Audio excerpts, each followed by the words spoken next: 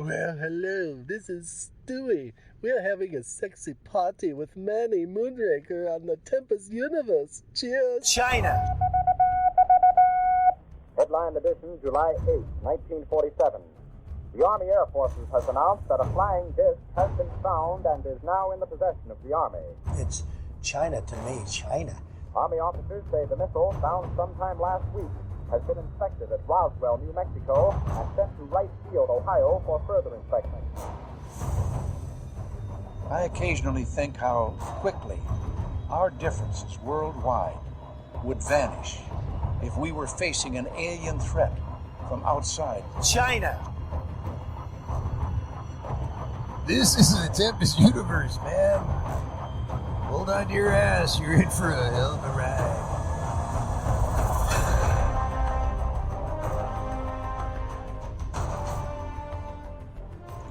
Welcome to the Tempest Universe summer podcast.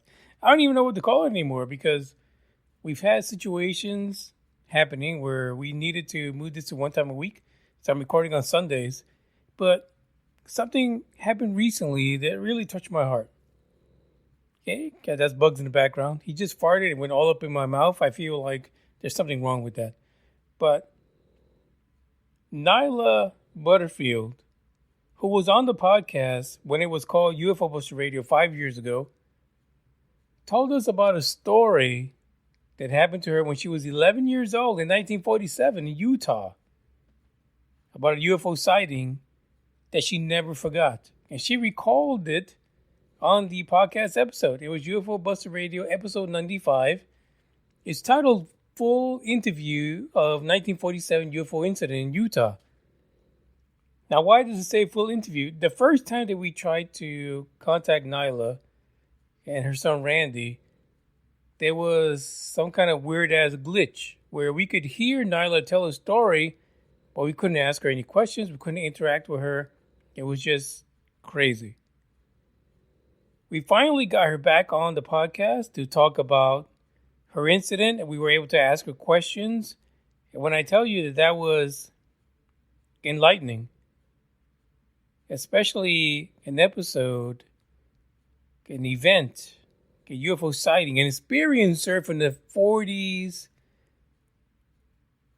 47, which when you listen to this intro, part of my intro includes a news report that happened in 1947.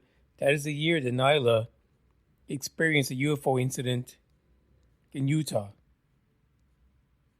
I don't need to remind you that recently we had a UFO incident that was reported by some cinematographers who were out on the way to record or film an actual, an actual presentation. And they happened to stop because they wanted to record the rolling hills of Utah. And they caught a UFO in the mist, in the wild, if you will. Nyla's incident is basically, it's you. It is I. It is everyone that is an experiencer rolled up into one situation. If you don't report it, if you don't share your experience with other people, it will be lost forever. I'm privileged to know on so many ways. I've been thinking about Nyla's interview for like 3 days already.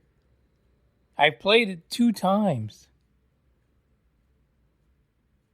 But I feel that the Tempest Universe audience needs to listen to what Nyla has to say. Nyla passed away June of this year. And her story needs to live on forever, as well as everyone else that it had. If you had a similar experience, you are Nyla. But I need you to come forward. I need you to come and tell your story. Don't be afraid of what the implications are. What do you think about if a doctor came forward about a new disease or a new chemical compound that can cure people?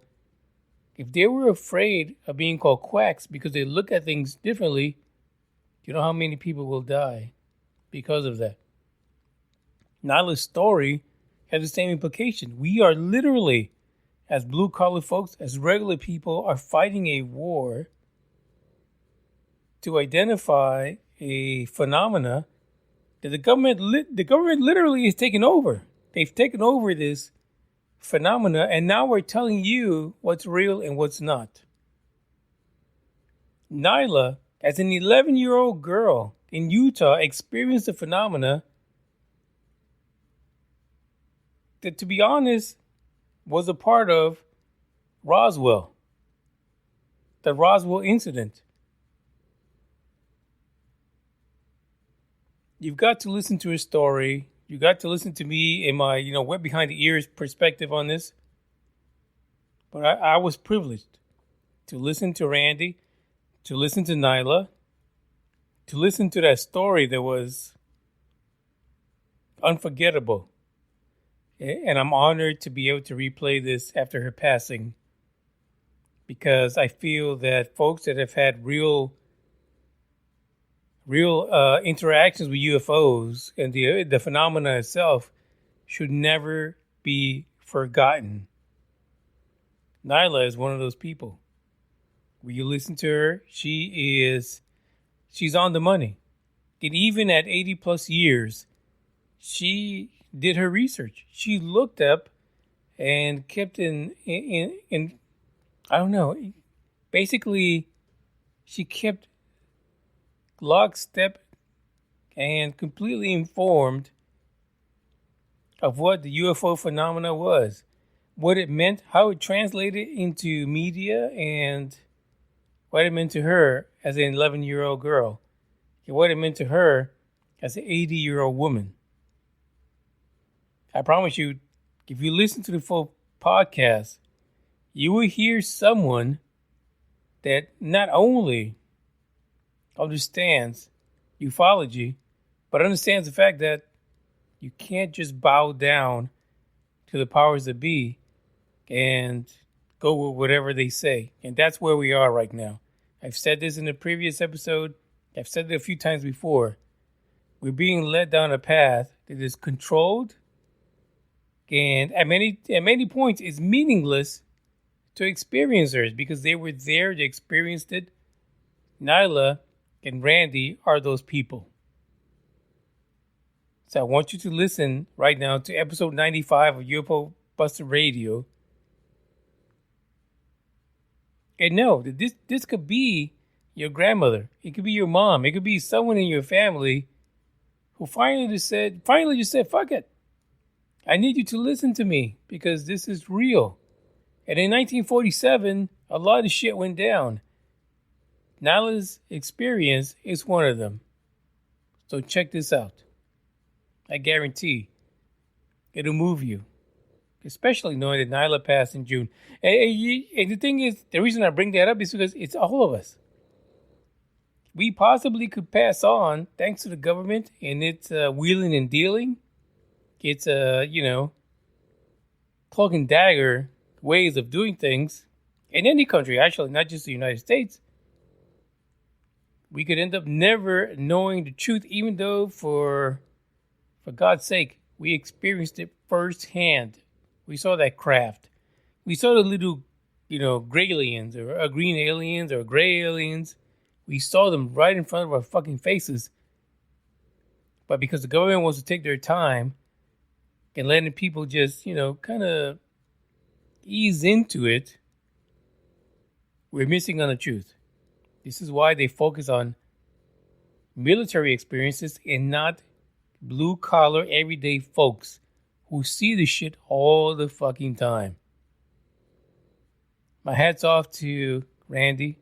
My hat's off to Nyla. God rest her soul.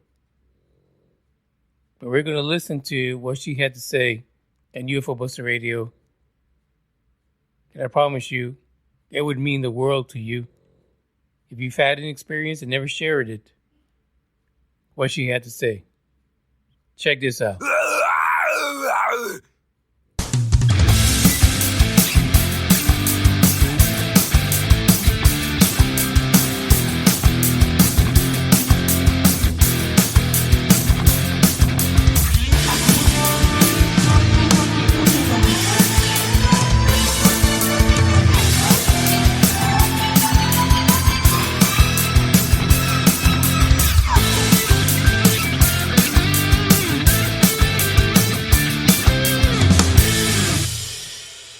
Hey, welcome to UFO Buster Radio, episode number 95.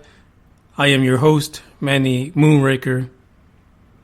In this episode, we go back to the story from 1947 in Utah. And if you recall that interview that I had that was one-sided because we had technical issues, the individuals that you heard on that interview were Lanila and Randy Butterfield of Utah. This time we got the interview, and still, initially when we started the process, we had technical issues, but we got it fixed, and this is it. Now, I don't expect you guys to go back to the past episode. I think it was episode 93. I don't expect you to go back to listen to that portion when Lanila first gave her story. But what I've done for you, just because I like you guys, you're first going to hear the original story as she gave it back in episode 93. And then we're going to go into the interview questions when I recently spoke to Lanila and Randy about the incident in 47. What you're going to find is that it's undeniable that there was something going on in 47 and even today that's unexplained, but there's just no way that when you hear the descriptions given by Lanila of what herself, her cousin, and her grandfather experienced back on that Easter Sunday, that there's no way that anyone can say that this is something of earthly origin, but you've got to hear it from Lanila herself. So let's get to it. This is Lanila Maynard Butterfield. My story is I was from a large family. We all in Utah have large families. And our large family, my grandparents' grown children and their grandchildren, had a tradition every year of our life. We met on Easter Sunday for a family reunion. It was Easter Sunday in the year 1947, and we had all met for potluck dinner. The children went to the hills with their Easter baskets. Now, we lived in an area that was basically foothills of the Wasatch Range Canyon, and so if you went somewhere out to play or something, you started up the hills and that because we went quite high in the hilly area. As myself and my two cousins, they're Walter Jensen's daughters. Their names were Dolores and Beverly Jensen. My grandfather was James Jensen, and we had wanted to fly a kite because it was very windy that day. And as we gathered up newspaper, because we had no kite materials with us, my grandfather said, I will come with you girls up to the crest of the hill, which is considerably higher than the family home. And he brought some glue and scissors, and we cut newspaper to fit a frame that he made for us that was making a kite, and we had a little tail on it. And we went up on these foothills. Now, as we were up on the foothills, attempting to fly the kite, it was a little windy, but off in the southwest area, looking out over which would be here called Union, Utah, we were in Holiday, Utah. These are suburbs of Salt Lake City, Utah.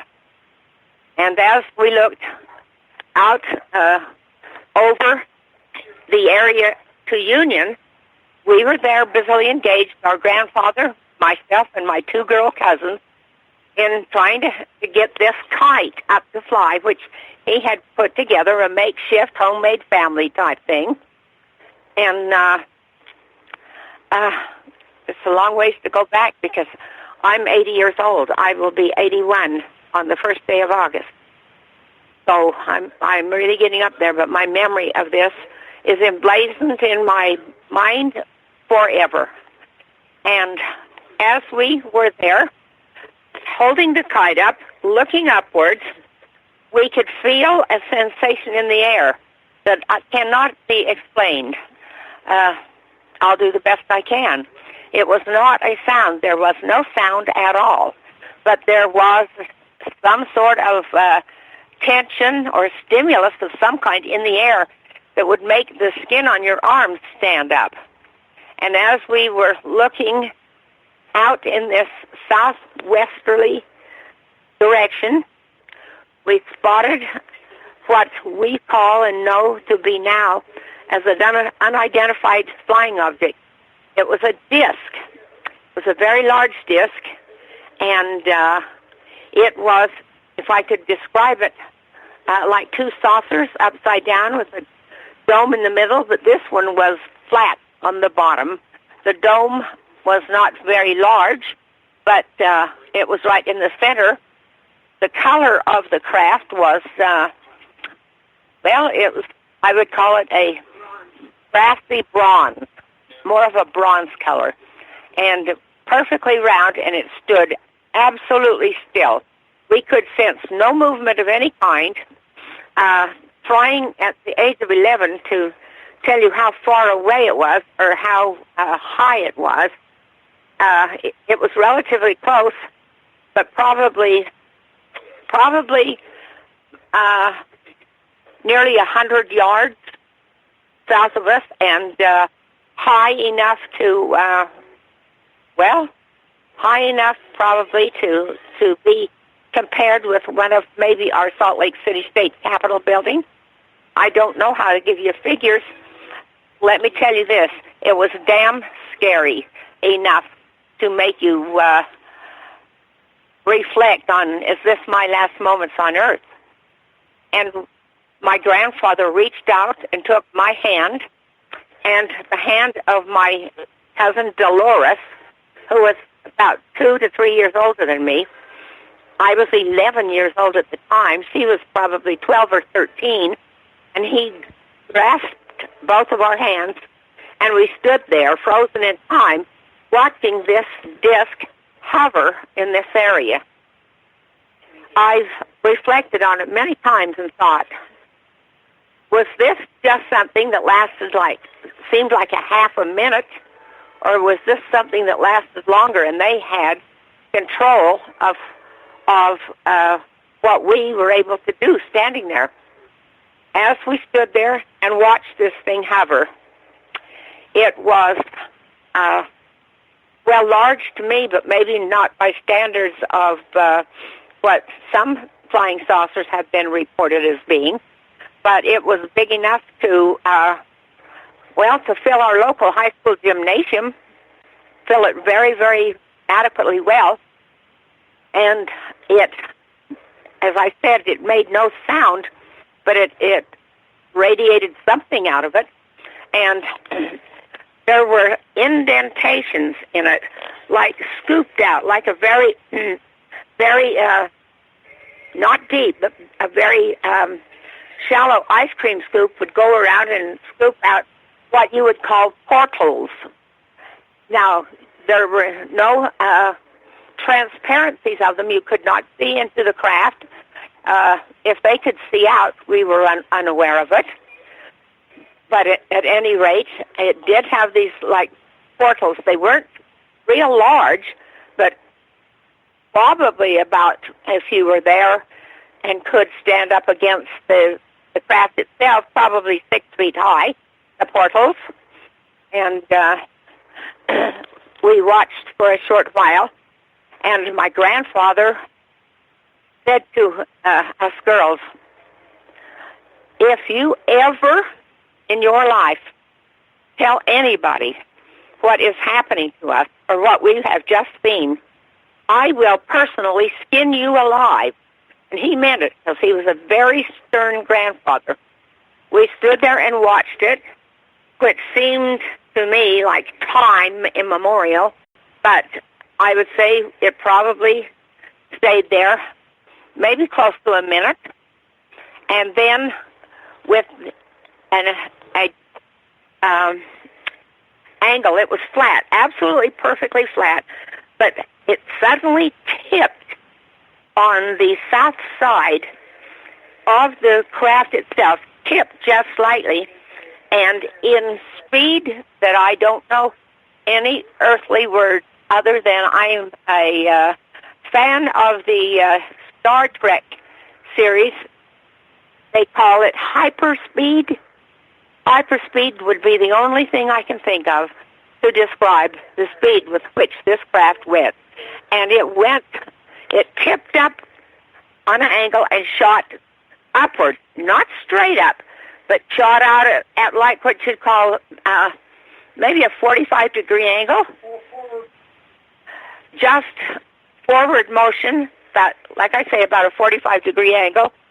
And it went with such incredible speed that had you been there watching it with me and it frightened you, if you closed your eyes, you would have missed it. We didn't. We watched. But for maybe 1 second, it was there within 100 feet of me and lost to the cosmos within a second or so. I shall never forget it. I shall never back down and deny that I saw this or had it happen. And as I say, my grandfather said, when we go back down off of the canyon area in there where we had gone up to, where the littler kids had gone up to eat with Easter baskets and things, he said, you do not say anything to your family. You do not ever say anything to any living human being. And I didn't. Now, what what happened since that time frame, when I met my husband in high school, I confided to him. We were high school sweethearts, and we are married now, 61 years. And I confided to him what had happened to me. And still, I never said anything. Then I got a telephone call one day from my mother. My mother has since passed, but I was, a young woman, probably in my 40s, and married with children. My mother called me and she said, Lanila, why did you not tell me what happened with you and Grandpa Jensen up on the hills above our homestead? And I said, well, what do you know? What did he tell you? And he said, on Easter Sunday,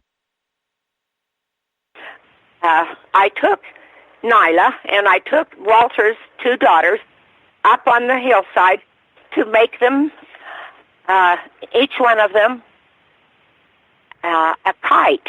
And then he went through with my mother and told how we had seen this spacecraft and how he had told my mother how he threatened us not to tell anything. And she said, why didn't you tell me? I said, well, he had threatened us not to. Well, by this time, how she had found out, my grandfather died just a few days before that. And on his deathbed, my parents' home was built on the same land that my grandfather's home. He had, homesteaded about 8 acres or so of area up in the foothills. There are the mountains up on 62nd South. Beautiful, beautiful country. And he had given my parents a plot of this ground lower down by the highway where you entered up into that area. He had also given some of that land to his youngest daughter. But at this time, the youngest daughter did not live there. She wasn't, I don't know if she was married at that time. But at any rate, trying to collect my thoughts here, I guess I've lost my trail of my thoughts. But, as my grandfather was dying, he called my mother and 2 or 3 others that lived close enough that could come to the hospital because he knew he was dying. And he called them in, and one of the first things he said was he talked to my mother, and he said, I need you to know something. On Easter Sunday, and then he mentioned the year 1947. See, I was born in 1936. I had never put 2 and 2 together. 36 to 47 is 11 years. 1947 was when so many terrible things happened, Roswell and so on and so forth. Well, he told my mother the story of what had happened with himself and us two girls, and how this spacecraft had hovered literally close enough to what you'd call almost over us. I wished at 11 years old and scared to death I was a better judge of distance. It could have been 80 feet away from me. It could have been 180 feet away from me. But it was right there where we were staring it down and it was staring us down. And he told my mother all about this, and he says, I wanted to get this story told and off my chest so that you would know what happened to little Nyla and the Walters girls before I pass on. And that's when my mother called me. I was so grateful to her that she called and told me, because this was additional verification of what had happened. And I just let it go. And a number of years later, many years later, I got to thinking about I should have more verification of this than just what my grandfather had told my mother. And so I called my two cousins, the girl cousins, and they didn't seem to remember anything about it. But I did, and my grandfather knew, and now my mother knew, and it's well established in our minds, and we know it happened. And my son has asked me numerous times, sir, to call your program and let you know what had happened to me. Hello, Manny. Hi, Lenila. It's a pleasure speaking with you. Well, it's wonderful to hear your voice, too. Before I know. all I could hear was this grinding, churning sound like my husband outside putting the tree limbs through a wood chopper. It was really strange, and I wanted so much to ask you a couple questions last time, and I couldn't. Well, it's like there's something out there in the universe that don't want me to disclose what I saw. Yeah, but we're going to get your story out, because this time we actually got the connection going. And it is on the radio waves? Yes, ma'am. Well, wonderful. Well, I'm happy to tell you anything you need to know. You can ask me, and I can go on about what you're asking me. Sure. So in your story that we heard initially, you mentioned that the craft that you saw, it reminded you of the show Star Trek and the way it moved. What was that feeling like, being there and seeing that? I don't know if there are words that can explain that feeling, but it was horrifying, mystifying, and my God, am I in my right mind? And then confirmation, of course I'm in my right mind. I'm standing here looking at this. I didn't ask for it. It asked for me because it was so close. A kid with a good high-powered pellet gun could have shot up and bounced off of it. Around that time of the incident, were there any reports of UFOs in the area during that time that you were aware of? Any reports of what in my area? Other sightings? Yes. Not that I am aware of, because we didn't have television. There was no. You couldn't go in the house and turn on televisions. I'm 80 years old, and this happened when I was 11. But let me say this. I was a very smart, sharp 11-year-old. I wasn't a ditzy teenager like a lot of them are anymore today. I was always one of these inquiring minds. I was an excellent student. I have always, since this happened to me at 11, I have always had a tremendous fascination with space and what's going on out there. But I don't recall my parents subscribing to any kind of a daily newspaper at that time either, so I would have no way of knowing if there were other sightings there.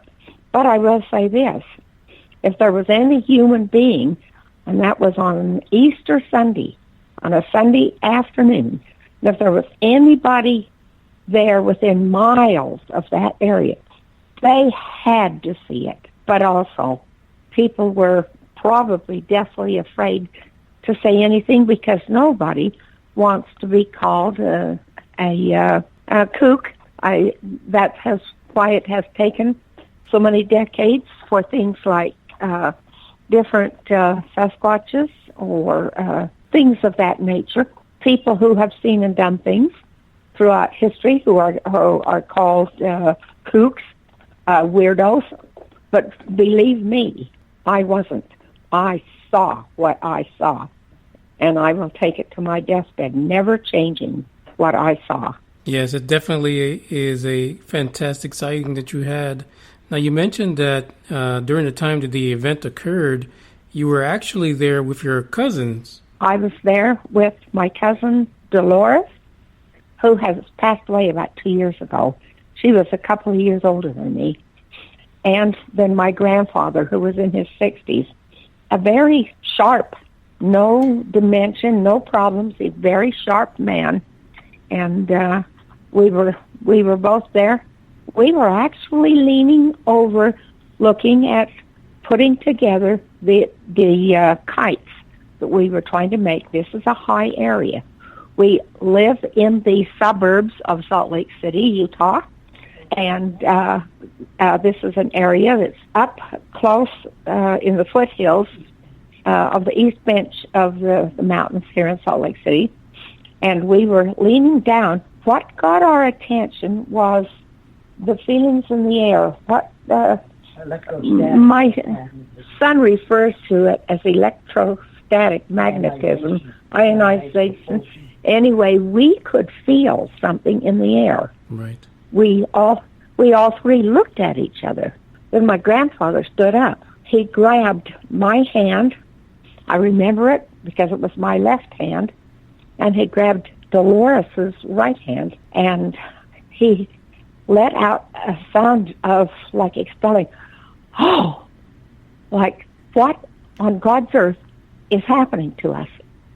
And he held our hands so tight that at that moment I was more concerned about how hard my hand was being held because he was crushing my hand, and I looked up at my little 11-year-old hand, and it was practically snow white because he was so frightened that he was holding our hands that tight. But then by this time, I could feel the hair on my arms, not standing up from static like electricity. But I could not hear anything specific.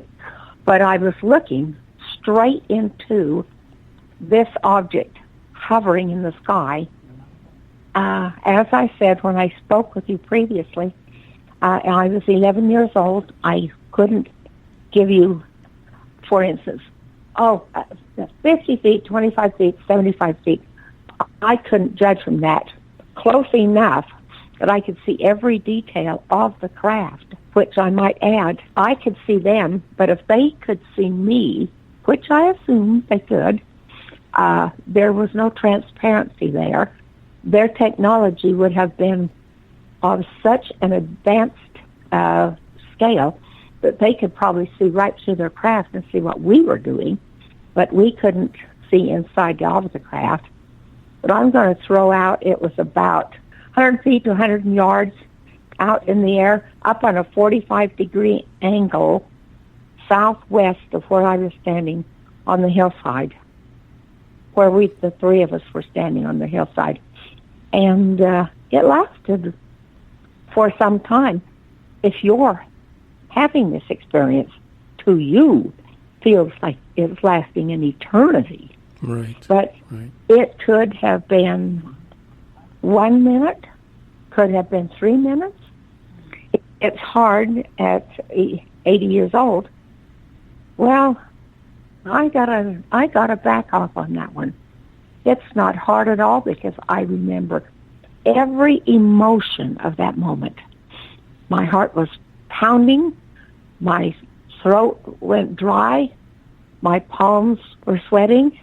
I was horrified. You know, Manny, we didn't see things like this. I was 11. I was born in 1936, and so this was 1947. Real famous year, huh? Yes, and that's when this was happening. It was quite the year for these type of sightings.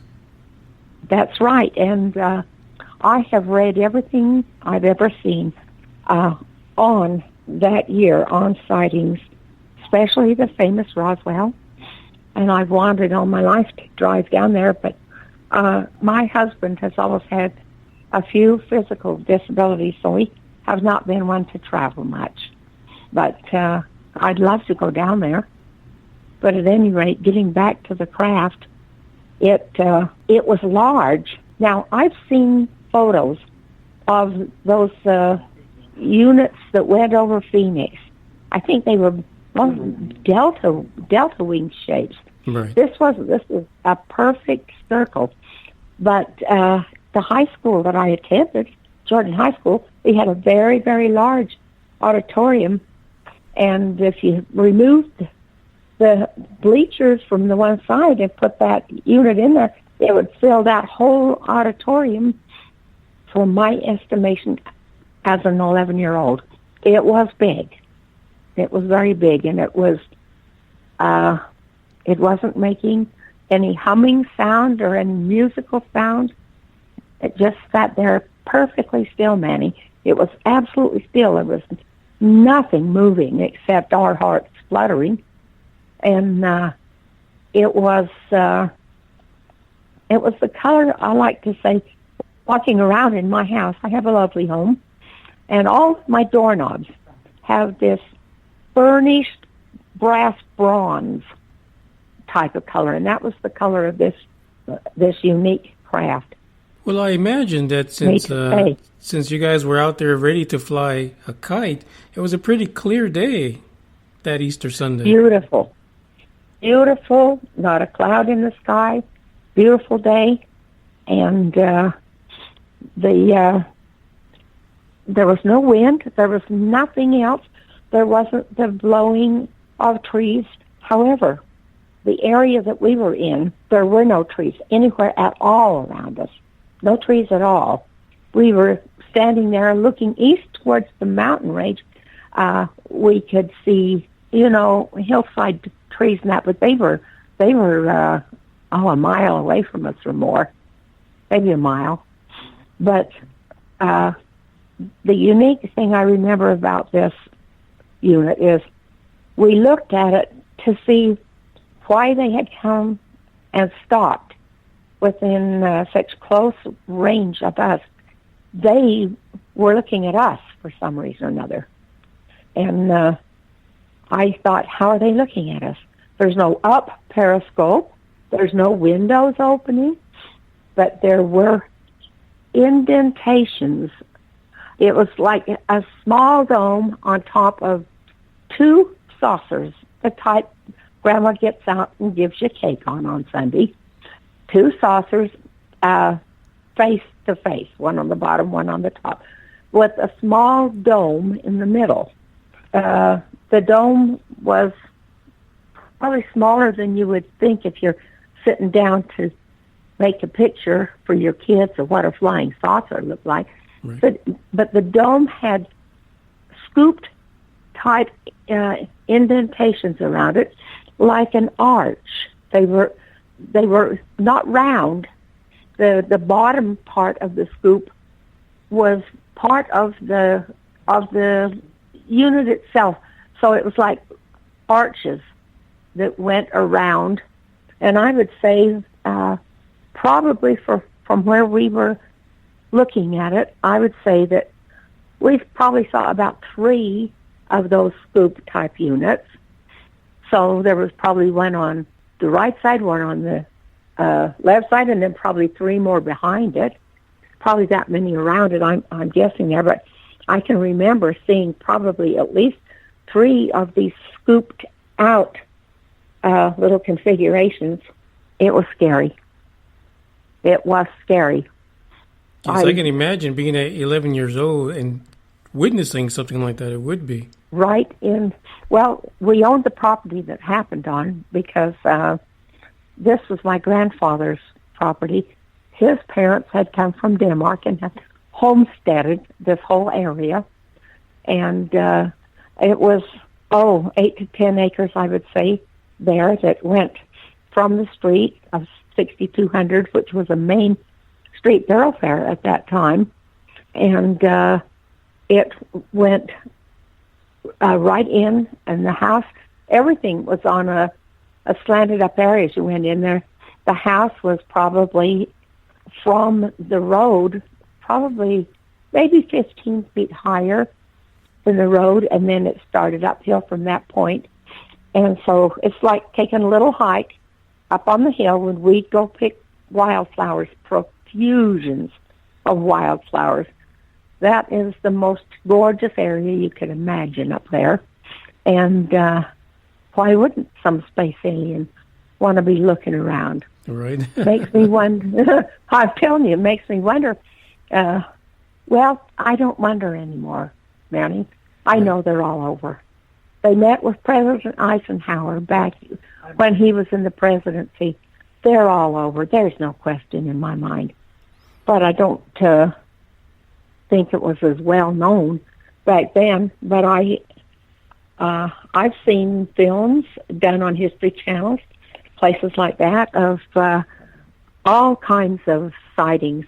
One interesting sighting from Salt Lake City. The LDS Church has their central offices there and a huge, beautiful temple.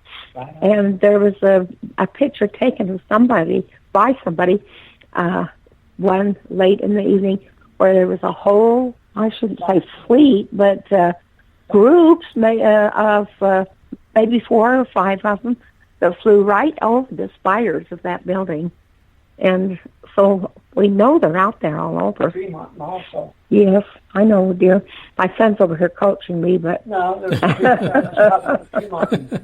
But I think he yearns to have been the one that had the experience. Oh, yeah. My husband, my brother-in-law, they all, oh, why don't this ever happen to us? But it happened to me, and it happened to my grandfather, and I never spoke of it. I was too afraid to ever speak of it. So you said that your grandfather asked you to never speak of it, but did you ever talk about this with your cousin who you shared the experience with? Never spoke to her about it at all. Well, I didn't see her often because Easter Sunday was traditionally our family reunion. We're a large family, and all of their grandpa's 8 children and their grandchildren. There was a few that had grandchildren. We were a big group, and we had smorgasbord, and we had a great big family reunion. And so I only saw her probably once a year or so, and I didn't bring it up because Grandpa had said, no, don't do that.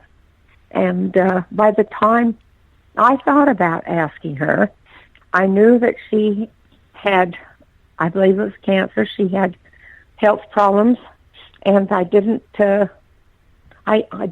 to talk to her soon enough for her to be well enough, because I spoke to her just before she died, and I can't remember that one, Ina. But I talked to her sister that was my same age, but she wasn't with us on the hill that day. And she said, well, I've never heard Dolores speak about it. But as I grew up, I was 17, 18 years old, and I went to school with the man I married. We were high school sweethearts. And finally, I told him about it. He was stunned. But I never told anyone else. And then my grandfather died while I was still probably a young woman in her 30s, just having her children.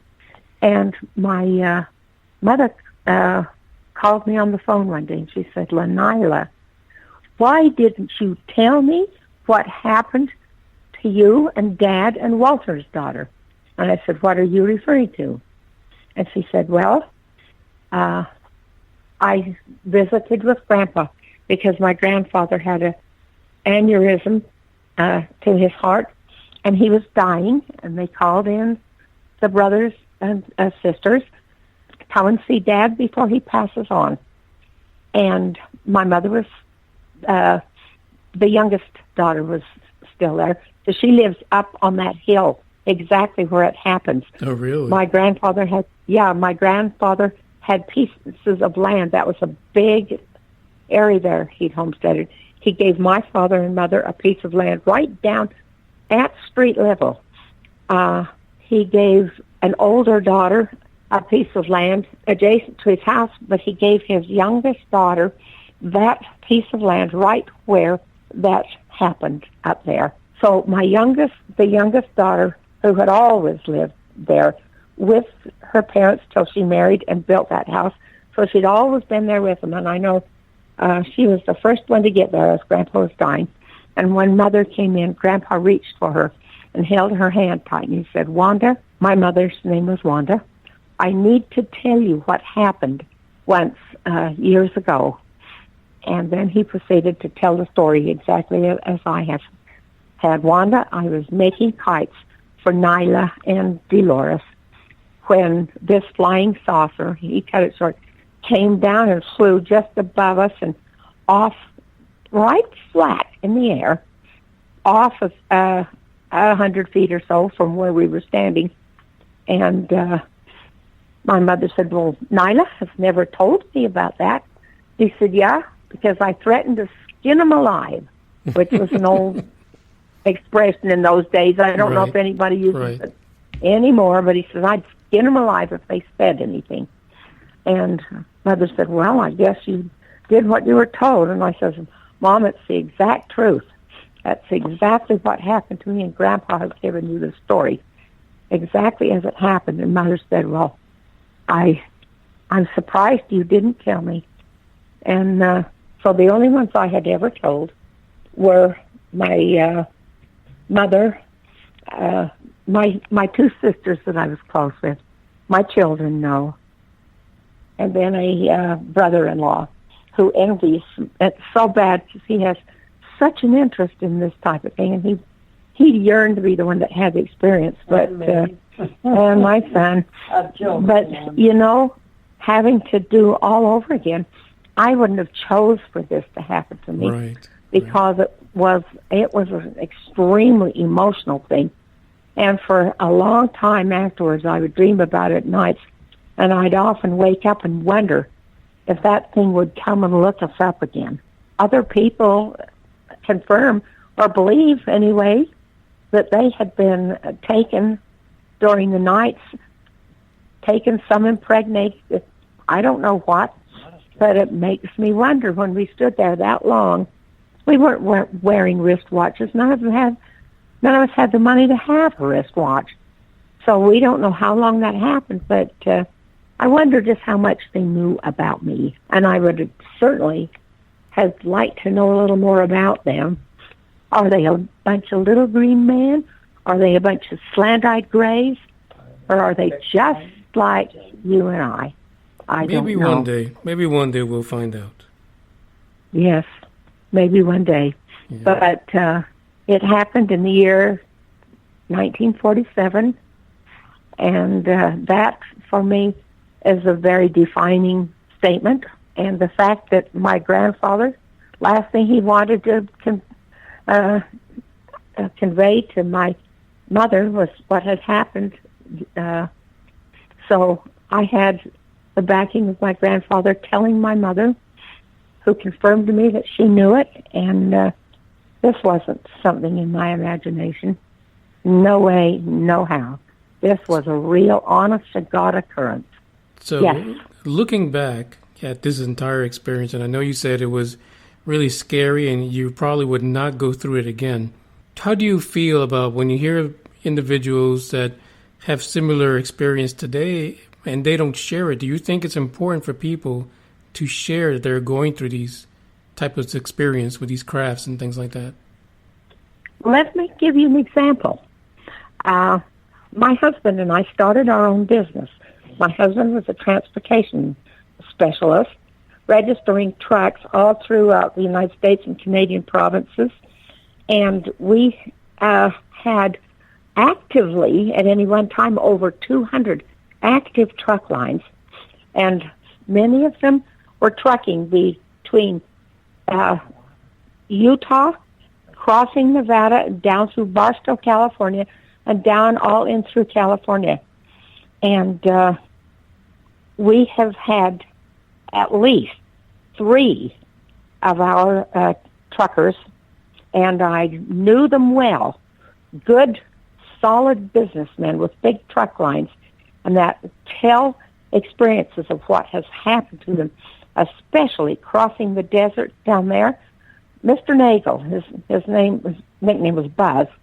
Buzz Nagel told us that numerous times he would have these crafts, and in every case they were all round discs. They would start following his truck and would follow his truck for miles, especially across the Barstow area.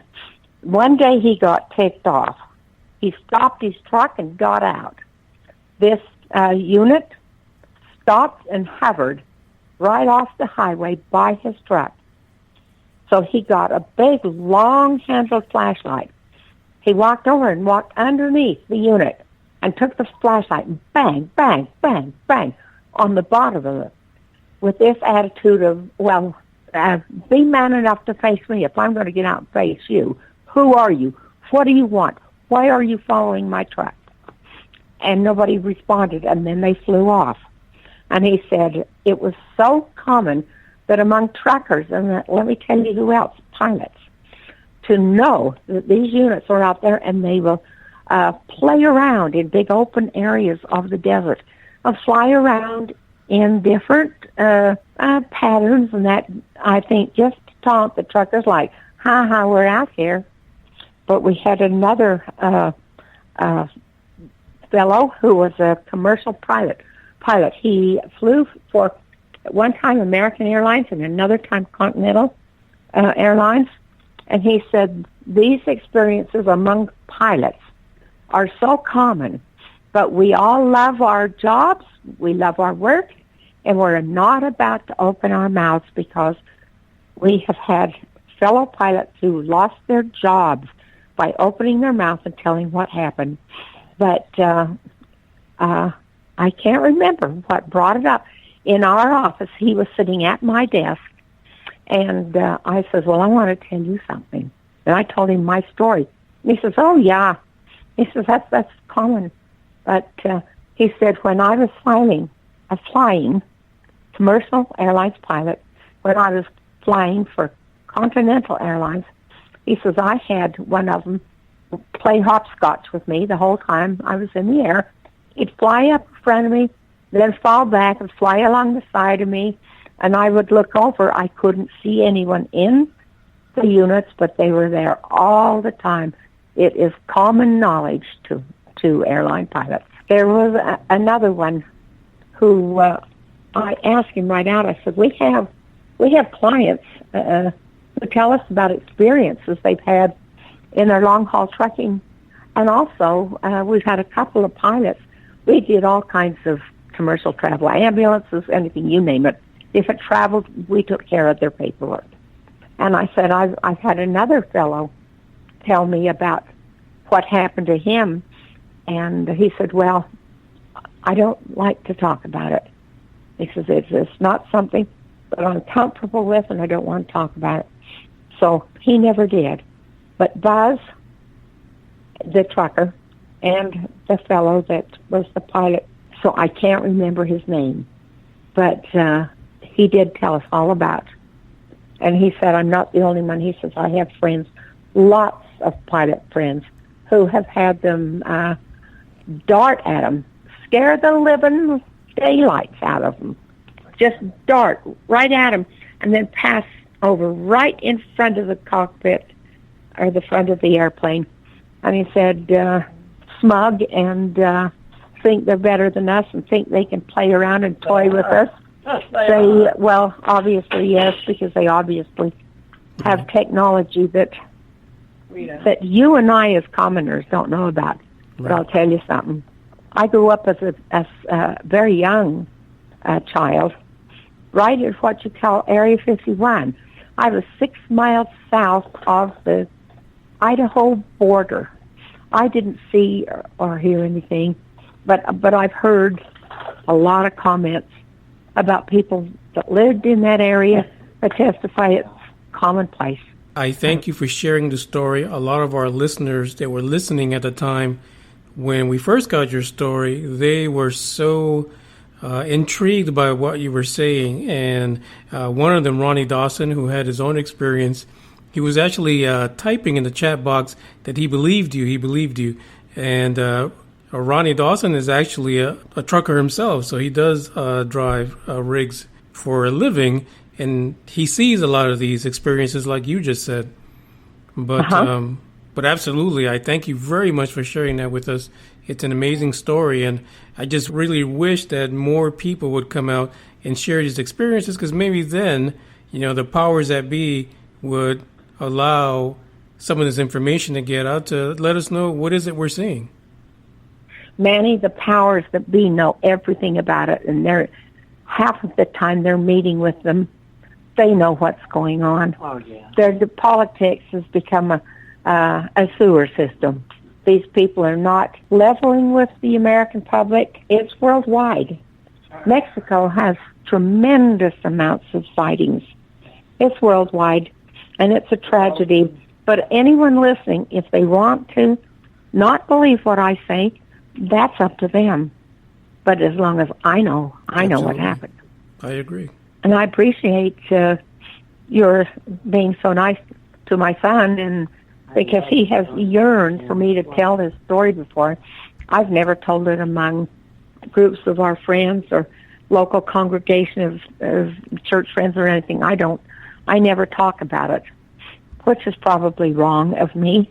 But anyway, I've taken a lot of your time. Do you want to speak at all to Randy? I think you Sure. want to say something too. Oh, absolutely. Well, thank you so much. Thank you so much. Goodbye. Bye-bye. Hey, Manny, I really appreciate you. Listen, I appreciate you for thinking of us and giving us this story, but I did have a question for you. Sure. What's that? So at what age was it that your mom actually shared the story with you? Okay, I knew. Matter of fact, I was about 8 or 9 years old. The year I lost my eye, I had it shot out with a pellet gun. I wasn't listening to her and traded my Christmas bicycle for a high-powered German pellet gun, and my friend borrowed it and shot my eye with it. I remember my mother's brother, Kim, that was in the Air Force. He'd come over and visit and would tell my mom about different sightings of some of the and different things that he had heard that was going on in the Air Force at that time. And we weren't allowed as little kids to go out. We were in bed, but I would sneak by my door and would sit and listen to Kim, my Uncle Kim, who was in the Air Force. He saw lots of things and heard lots of stories that were going on, none that he could verify with, pieces of craft or anything like that, but knew that the Air Force, especially the Navy, I think the Navy is the one that, personally myself, my opinion, are what hold a lot of of this quiet, because, they traverse the oceans, and they've seen so many craft in and out of the oceans, submarines and massive craft come up in and out of them. And I know one thing, not to get off the subject for a minute, a lot of people some people believe in Bob Lazar and some don't. What amazes me is the knowledge in 93 that he had about an unknown 15, which he was laughed at. And now they have, by colliding electrons and positrons, have created it at Lucerne, and it's an element that exists now. But I've known since I was a little boy. I would sneak and listen to him when I was supposed to be sleeping, and hear her talking to my dad about it. But mainly, what really intrigued me was when I was 14 years old. I had a sighting. It wasn't like my mother's, where it's distinct there. You can see there's no rivets, no seams, But I was with my father and my mom and my Uncle Burton and my cousins. We were all up by the Alpine Loop. It's up in the Big Cottonwood Canyon area. And it was actually called Tanner's Flat. And one night, it was about 11 o'clock at night. We were just getting ready to shut down the fire, put some water on it and douse it, when we had been looking at some satellites slowly, moving, going around, and all of a sudden, all hell broke loose, Manny. Back then, I didn't realize the importance of it until I got a little older, of watching and knowing how far stars are and how many, light years, how distant, a star is. Right. But we were watching in the heavens, and boom, it looked like just 4 stars coming across the entire horizon from the mountain up. 4 of them come together. 2 shot off. I'm talking instantaneously. Now it looked like stars or satellites. They were just lights. They weren't nothing that you could see. And this was at night, but the way they moved, and then all of a sudden 5 come back and were in a pattern. Then 2 took off. 2 would come back. 3 would shoot off. And my dad, my Uncle Burton, look at that. My hell, Roy, look at that. And as we're all looking up at it, in amazement, the stars don't do that. Shooting stars take off and then they fall. If it's an asteroid, they burn up. Right. These were lights.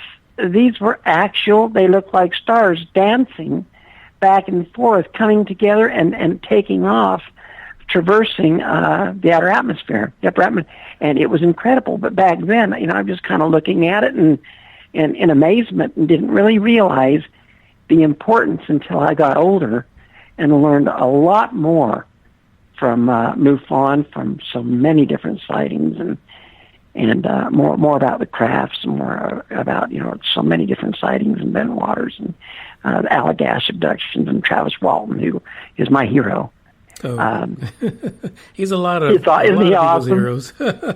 Isn't he awesome? And I've wanted so many times, like my mom said, to go to Roswell, but here's my question for you. So you have this, you've had this great experience that your mom shared with you, and then you yourself have seen all these incidents, these sightings, and they may not have been as close as hers was, but you have an idea that something's going on.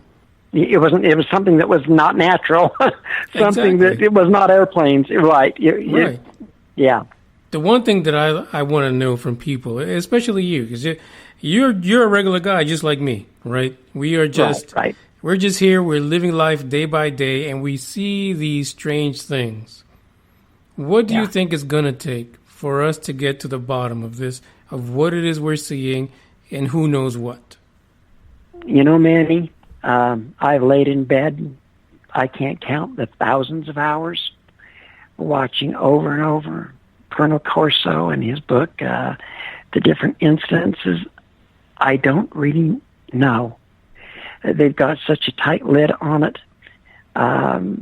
Then they've come out with, it's Project Mogul, it's Project this, it's that. Then discredit the discreditors, and like the Phoenix Lights, where the senator came out later and admitted that he saw the craft right above his head. It was massive, that it was not. It was interstellar. It was not of this earth. But Gus stood up in front of the nation and made a joke of it at first, which hurt a lot of people. Right. But he did make it right. And many other people at that conference, UFOs on Record, I believe is what it was. I don't know, Manny. I really don't. But I do know one thing. Us as a human beings, and I do believe that, because I am a God-fearing person and believe in God, it says that there's, Story Musgrave, they went up and worked on the Hubble telescope because they had to ground the lens wrong, and which made a lot of people angry, the billions of dollars it costed, when they went up and put gyros in it and put them little lenses, and then finally got the beautiful focus on it. He said just 1 inch turn, you got 100 trillion million stars. That's just a tiny half to quarter inch adjustment. All of these, the universe is so vast, it's almost absurd to think that we're the only ones out there. I believe there's so many worlds, and they're just so far, maybe billions, millions, I don't know how many years, but they're so advanced. But just look at us since the 236 years that we've been a nation. From shooting Indians with bows and arrows to look at us now. In just 200 years, you stop and think, give it 5,000 from now. I don't know, Manny. I really don't. I think it's I think that we as a people can handle it. I really do. Yeah, I believe so too. I believe the majority of the people can handle it. There's still going to be your individuals who are fanatics and will probably, make a ruckus and make life hard for those that want to make it work. But we're up to the last few minutes of the episode. Any last words that you want to leave everyone that's listening with? Yes, I would like to leave it as this universe is an incredible place. I believe that there is a higher power that created it. I believe that that these are beings that are in our likeness because they do have 2 eyes, feet, hands. I believe that there are different reptilian. There's grays. There's the Nordics, as Tavis Walton said. He thought he was talking to a man with long blonde hair, and he said, "Who are you?" He thought he was there. They're light years ahead of us in knowledge, and where we're at now, I believe that I just wish that the listener would open their minds and realize in just 200 years where we're at, you give that millions of years in a universe, the expanse that has no end, and stop and take a look at, is it that far-fetched to believe? I mean, we're already working on going to Mars, and I think it's 2030-something. I hope I'm still around. I have heart issues to be able to see that and be a part of that, because that's going to be fantastic. But I would just leave for people to open their minds and believe that we're not the pinnacle of creation. We are just, this earth is beautiful if we take care of her. But I believe there's millions of Earth's inhabitants thereof. There has to be. Because, yes, you get some quacks, but not millions of people are liars. And I know my mother, she is the most honest person I've ever known. Has never been in trouble, never stole, never done that. And my mom tells the truth. So I am very blessed to have had a mother that witnessed that, to open my mind to believe. Because had she not, I might have been a little more of a doubter, but I am an open-minded person. But I was very blessed to grow up with a mother to tell me a story that I knew was true. I would say open your mind and listen to Buster Radio, because I love your program, and I thank you so much. Well, I appreciate you, and I've prayed for the day that I could get a hold of MUFON or somebody that she could tell her story, because, like I say, her knees are gone. She's 82. My dad now is on a J-PIC line. He can't eat anymore. He's getting some Alzheimer's, and they're getting up there, but my mom's a little healthier than he is. She looks darn good for her age, and she's very, very, her intellect is sharp. It was a pleasure speaking with you today, and I thank you for calling in. And hopefully, it's an honor. We can have you guys on later on in the future, and we can share some more dialogue regarding this topic. Anytime. And I'm spreading the word here in Utah, and letting and sending, emailing and this out to people to listen to it, and letting them know more about your station, and asking around for any sightings. And if I find anybody, I will contact you. Fantastic. That would be awesome. So again, I thank Lanila and Randy for joining us on this episode of UFO Buster Radio, and I am so happy that she came here to tell her story. And for everyone, Lanila, that's out there over the years, since 1947, that has had the same experience, I guarantee you there's about 20 or 30 others who have not come forward. And you take that and you can compound that over the years. In the 50s, there were probably another, 30 or 40, maybe 50. Eventually, we'll get to the bottom of the story, but it's good to know that even after so many years, Lanila is still willing to come forward and share her story. This is UFO Buster Radio signing out.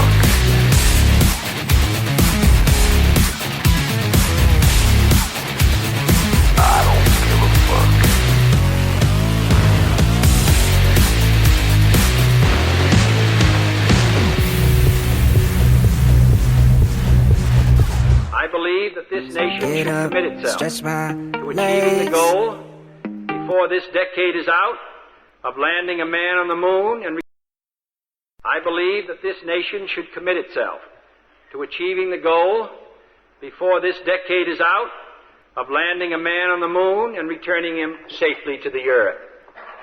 No single space project in this period will be more impressive to mankind or more important for the long-range exploration of space. Get up, stretch my legs. Eat some breakfast, milk and eggs. Brush my teeth up, wash my face. Start my day. Wake up, get up, stretch my legs. Eat some breakfast, milk and eggs. Brush my teeth up, wash my face. Throw my clothes on, start my day. Wake up, I can smell the smoke from the bacon. Let's go, see the sun shining from the windows. Okay, I know that today'll be a good day. Okay, I know that today'll be a good day. A, B, C, 1, 2, 3. Drink some water, brush my teeth. Get out of bed and I stretch. Bed in my hair is a mess. Look through my clothes for a fit. Anything I do is drip. Feel like a kid when I'm tick-tocking. I still keep it real as it is. I show my age, I don't switch often. I'm just as a dad as it gets. Try taking naps with my kids talking. I'm guessing this life how it is. And I can't wait for the weekend. Keep jammies on like I'm a kid. Wake up, get up, stretch my legs. Eat some breakfast, milk and eggs. Brush my teeth up, wash my face. Throw my clothes on, start my day. Wake up, I can smell the smoke from the bacon. Let's go, see the sun shining from the windows. Okay, I know that today'll be a good day. Okay, I know that today'll be a good day. Feel good, feel great, can't complain. Look out my window, see birds and planes. Sun's out, some clouds, it might rain. Siblings on my nerves again. Summertime, go for a swim. Wintertime, go grab a sled. Spring, I might need an umbrella. Fall back in school with my friends. Attitude change like the weather. My mom tell me it never ends. Like clocks, we evolve in a circle. Every 12 months we do it again. Wake up, get up, stretch my legs. Eat some breakfast, milk and eggs. Brush my teeth up, wash my face. Throw my clothes on, start my day. Wake up, get up, stretch my legs. Eat some breakfast, milk and eggs. Brush my teeth up, wash my face. Throw my clothes on, start my day. I believe that this nation should commit itself to achieving the goal before this decade is out of landing a man on the moon and returning him safely to the earth. No single space project in this period will be more impressive to mankind or more important for the long-range exploration of space. I'll lead an effective strategy to mobilize true international effort to pressure. Emotional damage.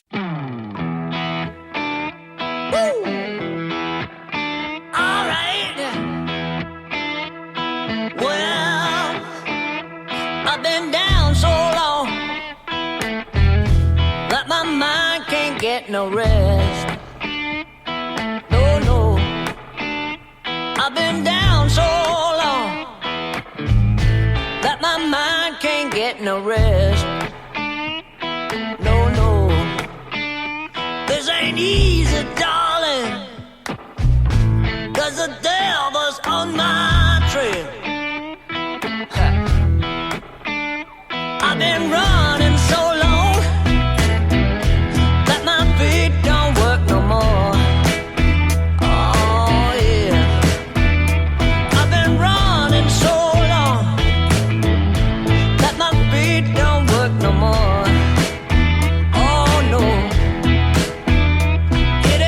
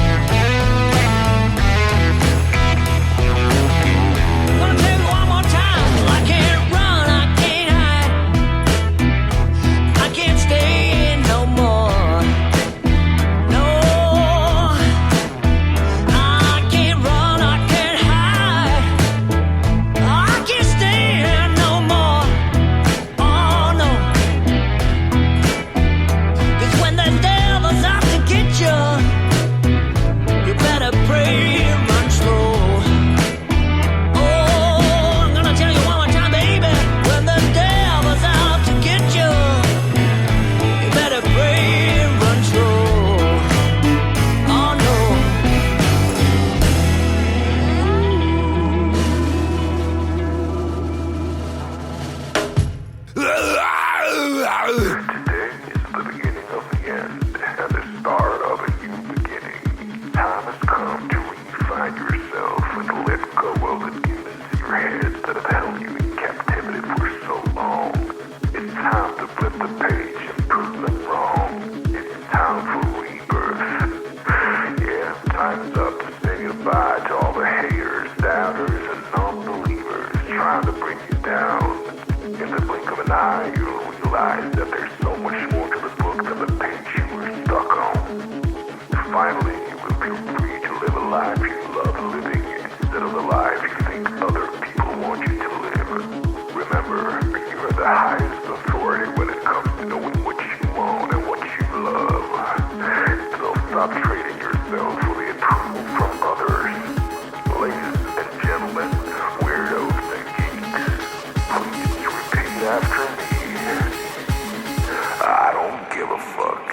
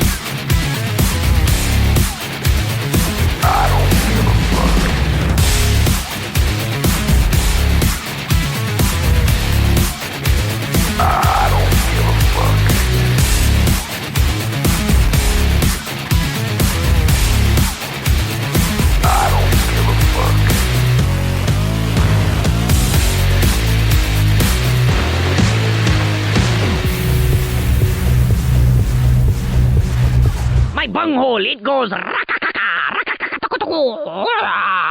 then sometimes my bunghole goes